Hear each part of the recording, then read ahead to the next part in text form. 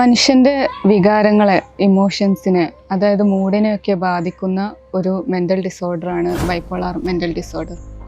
ഇതൊരു എപ്പിസോഡിക് ആയിട്ടുള്ള അസുഖമാണ്. അതായത് ഒരു 2-3 മാസം കൂടുന്ന ഓരോ എപ്പിസോഡായിട്ടാണ് ഈ അസുഖം വരാറ്. ഈ എപ്പിസോഡ്സുകൾക്കിടയിൽ രോഗി കംപ്ലീറ്റ്ലി നോർമലാവും.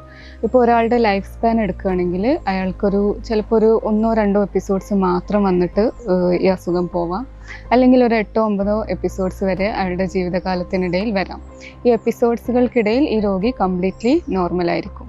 ഈ എപ്പിസോഡ്സ് എന്ന് പറയുന്നത് 2 തരത്തിലാവാം. ഒന്നുകിൽ ഒരു മാനിക് ഫേസ്, മാനിക് എന്ന് പറഞ്ഞാൽ ഒരു ഉന്മാദാവസ്ഥ, അല്ലെങ്കിൽ ഒരു ഡിപ്രസീവ് ഫേസ്, അതായത് വിഷാദാവസ്ഥ.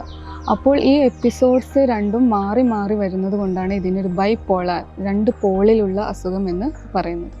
അപ്പോൾ ഈ മാനിക് ഫേസിൻ്റെ രോഗലക്ഷണങ്ങൾ എന്താണെന്ന് വെച്ചാൽ, ഈ രോഗിക്ക് ഭയങ്കരമായിട്ടുള്ള ഒരു എനർജി ഫീൽ ചെയ്യും. ഒരു ഉന്മാദാവസ്ഥയിലാണ്, എനർജി ഫീൽ ചെയ്യും.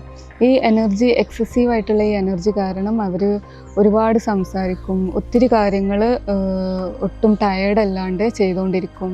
ചില ആളുകളാണെങ്കിൽ ഭയങ്കര ദേഷ്യത്തിലായിരിക്കും, ഫുൾ ടൈം ദേഷ്യം, അസഭ്യം പറയുക ഒക്കെ ഇവർക്ക് കാണാം.